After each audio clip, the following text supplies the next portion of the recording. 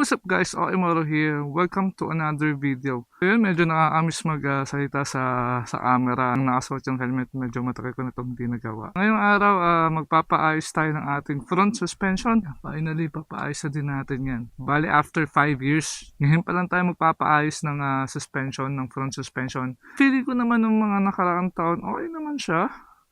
Wala namang problema para sa akin. Pero lately, yan, siguro na itong taon, medyo naramdaman ko talaga ngayon na nakakapagod na mag-ride. Parang nararamdaman ko na sobrang lambot na niya ngayon. May mga uneven o kaya mga hindi pantay sa kalsada. Parang ako na lang lahat yung sumasalo. Medyo napapagod ako mag-ride. Baka kasi gawa nito yun, itong front suspension. So ngayon ipaparepack natin itong ating front suspension. Tapos, nagtanong ako dun sa Honda, kailan ba nagpaparepack talaga? So, sabi dun sa kasa, 24,000 odo above. Kailangan nang parepack. Ang odo nitong ating motor 5 years na to, di ba? So, ang odo nito ay nasa 40,000. So, ang tagal na pala talagang kailangan magparepack, ano. So, ngayon ko palang gagawin. So, may sinadyasahan sila na ilagay itong spring rebound spring, gano'n nata. So ito para daw pagkaupo mo hindi daw talaga lubog kagad yung suspension sa harap. So at least medyo parang di kagad napepersa, no. So ito yung pinabili. Optional naman to Try natin kung anong mas okay. Yun guys, so yung height ngayon, yung current na height ganito pag inupuan. So kita nyo, medyo lumulubog sa harap. Yun, no. So yun natin yung gagawin ng rebound spring. Pag umupo ka, hindi na masyado lulubog. Tingnan natin mamaya kung ano yung tsura. And let's go! Ngayon pupunta na tayo sa Honda at ipapaayos na natin yung front suspension. So tara, let's go! Hindi naman siya, well yung suspension natin yun, hindi naman lumalagitik. Pero yun ko, parang nagbo-bottom out na siya. Tapos, talaga yung mga lubak, mga uneven surface sa kalsada ay ramdam na ramdam. Parang ako na lang talaga yung sumasalo, wala nang sumasalo sa ating suspension. Doon na tayo magpaparepack sa Honda, no? Kasi kahit medyo mahal-mahal ng konti, okay lang, basta at least sigurado. Mga ganito ka uneven, ramdam na ramdam. Naman to ganito dati. Sana lang maibalik yung dating play ng ating front suspension. Ayan ganito grabe.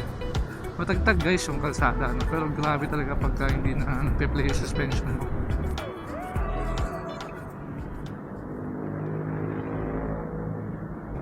Yeah, front suspension napagawa ko na.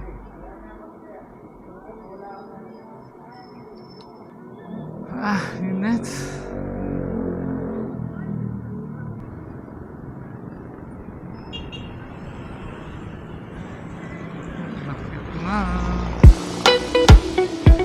At ayan, binabaklasan ni Kuya itong ating mags para mabunot na itong ating front suspension. At ayan, baklas na yung mags. Front suspension naman. Ayan, nabunot na yung suspension natin. Finally, after 5 years, marirepack ka din. At nabaklas na nga din itong kabilang front suspension. At dito ay parang may nililiya si Kuya. Siguro yung mga kalawang-kalawang o mga dumi sa suspension. Tapos sinalang na ni Kuya dito sa parang holder para matanggal na yung lock ng suspension para makuha na yung spring. Kaya tinatanggal na yung lock. Medyo kailangan lang talagang pwersahin. Guys, yung lock. Tapos dito nga itinanggal na yung langis. Kitang-kita nyo sobrang itim na, parang putik na siya kasi sobrang tagal na ng langis. So habang nag-repack si Kuya, nagbayad na nga ako ng labor at bumili na rin ako ng fork oil. At pagbalik ko nga disassemble na itong ating front suspension. Ito yung spring, so ngayon ko lang ito nakita. Tapos ito yung shock oil ni Honda. So kasya na to para sa front suspension natin.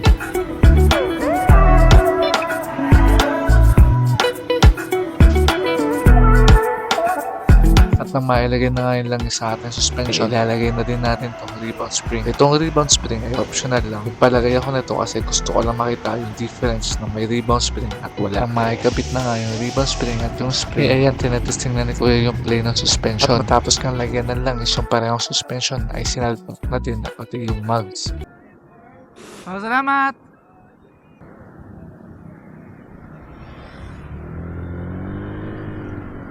Oh, okay. Okay. Ramdam ko na yung pagkakaiba. Parang na ulit ako nakalutang. Dati para ako nasa lupa eh. Ramdam na ramdam ko yung lupa. Oy! Yun o, ganda dapat. Nakakatuwa naman. Nakakatuwa. At naging okay yung aking suspension.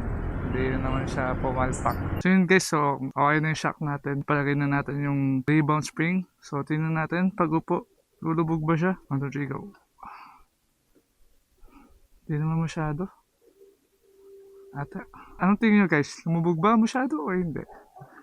So yun guys, okay na yung ating suspension. So yun, madali lang naman pala siyang gawin.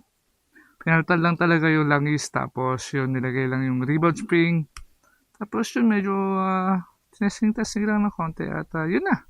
Napakalaki diferensya no nung nagawa to, para talagang nag-smooth siya. Di na katulad nung kanina, sobrang tagtag. Ngayon okay na siya i-drive, medyo di mo naramdam yung kalsada, like medyo smooth. Ganun na yung pakiramdam. Sa totoo lang, kinakabahan ako nung magiging resulta nito. Pero ngayon na naging okay na siya. Akala ko lang kasi hindi. Kasi maraming nagsasabi na naiba yung play ng suspension pag nirepack na eh. Sobrang good sa nakapag-ayos na tayo ng ating suspension. So, di na tayo mapapagod mag-ride. Nag-asus natin dito sa ating pagpaparepack ng suspension ay yung labor, 500. Tapos yung oil, 130. Tapos yung dalawang rebound spring ay nasa 190 yata. All in all, kulang-kulang 1,000 din. So, yun yung nagastos natin dito sa ating pagpaparepack ng suspension. So, yun guys, sinay ko lang tong ating pagpaparepack ng ating front shock or front suspension. Yun lang guys, Okay Motor signing up and see you guys on my next video. Let's go!